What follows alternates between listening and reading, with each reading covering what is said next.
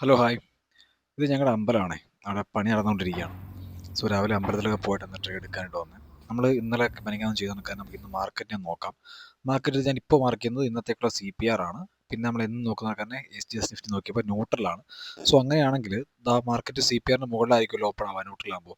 ഇതുപോലെ green candle ആണെങ്കിൽ നമുക്ക് പണി കിട്ടാൻ ചാൻസ് ഉണ്ട്.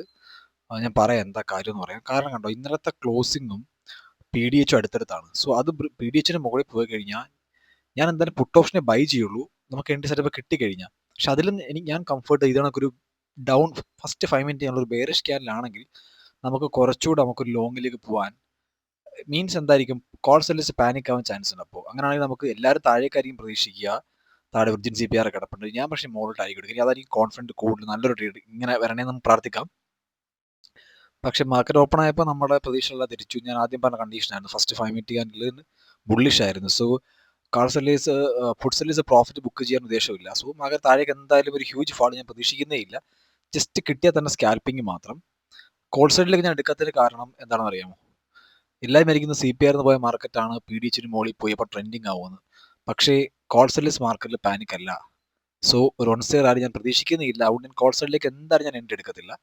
പക്ഷേ പുട്ട് സൈഡിലേക്ക് ഇന്നൊരു ആക്ച്വലി സെല്ലേഴ്സ് മാർക്കറ്റാണ്, ഒരു ഓപ്ഷൻ ബയർ മാറി നിൽക്കേണ്ട മാർക്കറ്റാണ് ആക്ച്വലി. സോ നമുക്കിന് ട്രേഡ് എടുക്കാതിരിക്കാൻ പറ്റാത്തതുകൊണ്ട് ചെറിയ സ്കാൽപ്പിംഗ് വരെ നമുക്ക് കിട്ടുമോ നോക്കാം. ഞാൻ കാണിക്കാം, നോക്കാം, നമുക്ക് വെയിറ്റ് ചെയ്യാം.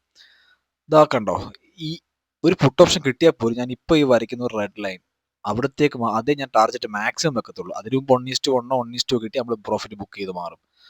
ട്രേഡ് എടുക്കാതിരുന്നാൽ അതൊരു ഇതല്ലേ. അതുകൊണ്ടാണ് ഞാൻ ജസ്റ്റ് ടച്ച് വിടാതിരിക്കാൻ വേണ്ടി മാത്രമാണ് ഇന്നത്തെ ട്രേഡ് എന്ന് പറയുന്നത്. ഈ ഒരു പ്രീമിയം ചാർട്ട് ഉണ്ടോ, 129 മുകളിൽ പോയി ക്ലോസ് വെച്ചാൽ മാത്രമേ നമുക്കൊരു പുട്ട് ഓപ്ഷൻ ഒരു നല്ല റിവേഴ്സൽ താഴേക്ക് മാർക്കറ്റ് വീഴത്തുള്ളൂ. അല്ലാത്ത പക്ഷം ഒന്ന് താഴേക്ക് വന്നിട്ട് മുകളിലോട്ട് ഇങ്ങനെ സൈഡ് വേസ് ആയിട്ട് പോകാനായിരിക്കും ചാൻസ് കൂടുതൽ. എങ്കിലും ഞാൻ പറഞ്ഞു, ഞാൻ കോൾ സൈഡ് എടുക്കില്ല, ഞാൻ പുട്ട് സൈഡ് മാത്രം ജസ്റ്റ് സ്കാൽപ്പിംഗ് നോക്കത്തുള്ളൂ. ഞാൻ ജസ്റ്റ് ചെറിയൊരു എൻട്രി, വളരെ ചെറിയ ക്വാണ്ടിറ്റി ഞാൻ വെറുതെ ഒരു എൻട്രി എടുത്തിട്ടുണ്ട്. എൻട്രി എടുക്കാതിരിക്കേണ്ടെന്ന് കരുതിയിട്ട് എടുത്തതാണ്. നമുക്ക് നോക്കാം, ഇതെന്തായാലും 1:2 കിട്ടുമെങ്കിൽ ഞാനത് പ്രോഫിറ്റ് ബുക്ക് ചെയ്ത് മാറും. ഒരു 1500 എത്തുമ്പോഴത്തേക്ക് 1:2 ആവാൻ ചാൻസ് ഉണ്ട്. സോ അങ്ങനെ കിട്ടി ഞാൻ പ്രോഫിറ്റ് ബുക്ക് ചെയ്ത് മാറും. ആ ട്രേഡ് നമ്മൾ ജസ്റ്റ് സ്കാൽപ്പ് ചെയ്ത് മാറിയേ. എനിക്ക് ആക്ച്വലി ഇന്ന് കിട്ടിയ നല്ല എൻട്രി, മീൻസ് 20 പോയിന്റ് പ്രീമിയത്തിൽ കിട്ടിയത് ഈ ഒരു ട്രേഡാണ്. അത് നമുക്ക് നോക്കിയാൽ മനസ്സിലാവും. ഞാൻ സമയം ഒരു 11 മണിയാണ്.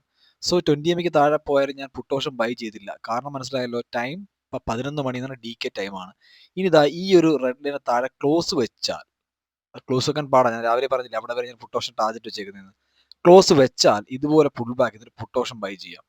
ചാൻസ് കുറവാണ്, ഞാൻ പറഞ്ഞതേ ഉള്ളൂ. കിട്ടിയാൽ എടുക്കാം. കണ്ടോ, അൺഫോർച്ചുനേറ്റ്ലി ഒന്നും കിട്ടിയിട്ടില്ല. നമുക്ക് ആ വാല്യൂ ഏരിയയിലേക്കുള്ള 3 ചെറിയ സ്കാൽപ്പിംഗ്